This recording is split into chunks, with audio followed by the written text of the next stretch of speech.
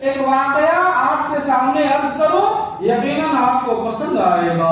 دنیا سنیت کا ایک عظیم مفسر، محدث، اپنے زمانے کا بہت بڑا فقیہ اعظم حضرت عبداللہ ابن مبارک رضی اللہ تعالیٰ عنہ، علماء اور پڑھے لکھے لوگ جانتے ہیں، فرماتے ہیں میرا طریقہ یہ تھا کہ میرا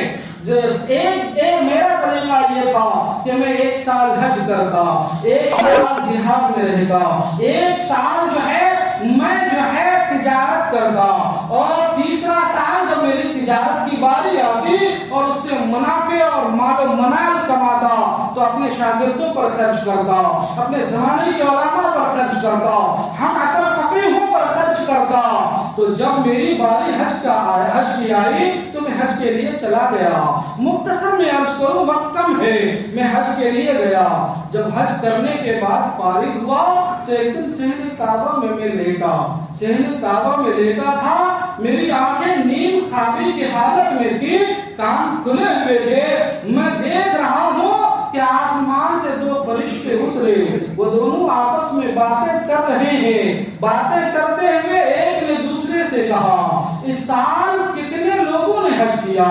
دوسرے فرشتے نے کہا 6 لاکھ لوگوں نے اس سال حج کیا۔ پھر فرشتے نے پلٹ کر پوچھا کتنے لوگوں کا حج قبول ہوا اور کتنے کا مردود ہو گیا، نہ مقبول ہو گیا؟ تو اس فرشتے نے جواب دیا ایک بھی 6 لاکھ حاجیوں میں سے ایک بھی حاجی کا حج قبول نہ ہوا۔ حضرت عبداللہ بن مبارک کہتے میری کانوں تک آواز آئی تو سناٹا چھا گیا، سرد پڑ گیا، جسم کے رونگٹے کھڑے ہوئے، میں حیران و پریشان ہی تھا کہ ایک تیسرے فرشتے نے کہا کہ سنو، ہاں اس سال لوگوں 6 لاکھ لوگوں میں سے صرف ایک شخص کا حج قبول ہوا اور وہ حج کرنے نہیں آیا۔ اللہ اکبر، سمجھا آپ نے؟ وہ حج کو نہیں آیا ہے اور اس 6 لاکھ میں سے اسی ایک کا حج قبول ہوا ہے۔ اب آپ کو تعجب ہوا ہوگا نا، حج کو آیا ہی نہیں اور 6 لاکھ میں اسی ایک بندے کا حج قبول ہوا، اور اسی ایک بندے کے صدقے میں اللہ نے 6 لاکھ حاجیوں کو معاف کر دیا، سبحان اللہ، ان کے حج کو قبول کر دیا۔ اور وہ بندہ، اس فرشتے نے یہ بھی کہا وہ بندہ دمشق شہر کا رہنے والا ہے، جوتے گانٹھ کرتا ہے یعنی موچی ہے، اور اس کا نام علی ابن الموفق ہے۔ اللہ اکبر، آنکھ کھلے تو میرے دل نے چاہا دمشق جایا جائے، اسے تلاشا کیا جائے، تلاشا جائے، اس سے ملا جائے۔ الغرض میں دمشق پہنچا، ان کا گھر تلاش کیا، دروازے پر دستک دی تو گھر سے باہر نکلا۔ سلام و کلام کے بعد میں نے پوچھا آپ کا نام علی ہے؟ کہاں؟ آپ کے باپ کا نام موفق ہے؟ کہاں؟ آپ کام کیا کرتے ہو؟ کہا مسافر میں جوتے گانٹتا ہوں، لوگوں کے پھٹے پرانے جوتے سلا کرتا ہوں، میں موچی ہوں۔ اللہ اکبر، اس نے کہا اے مسافر آپ کون ہیں؟ کہا میں عبداللہ ابن مبارک ہوں۔ اللہ اکبر، زمانے کا اتنا بڑا فقیہ اعظم میرے دروازے پر کیسے آنا ہوا، کیسے آنا ہوا؟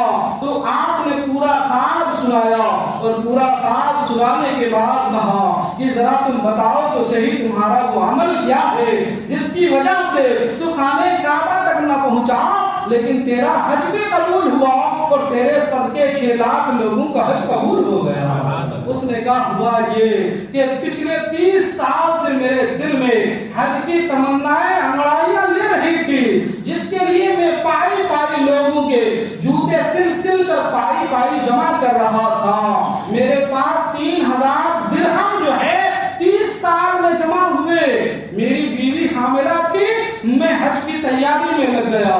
میری بیوی نے ایک دن کہا کہ پڑوسی کے گھر سے گوشت پکنے کی خوشبو آ رہی ہے، میرا جی گوشت کھانے کو کر رہا ہے، وہاں سے آپ مانگ کر لا دیجئے نا۔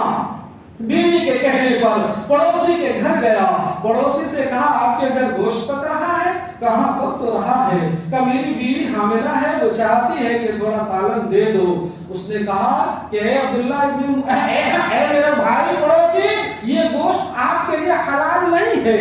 اس موچی نے کہا میرے لیے حلال نہیں، تمہارے لیے حلال ہے۔ تو اس نے کہا کہ اصل میں حال یہ ہے کہ 3 دن سے میرے بچے فاقے سے فاقے پر ہیں، کچھ کھایا نہیں،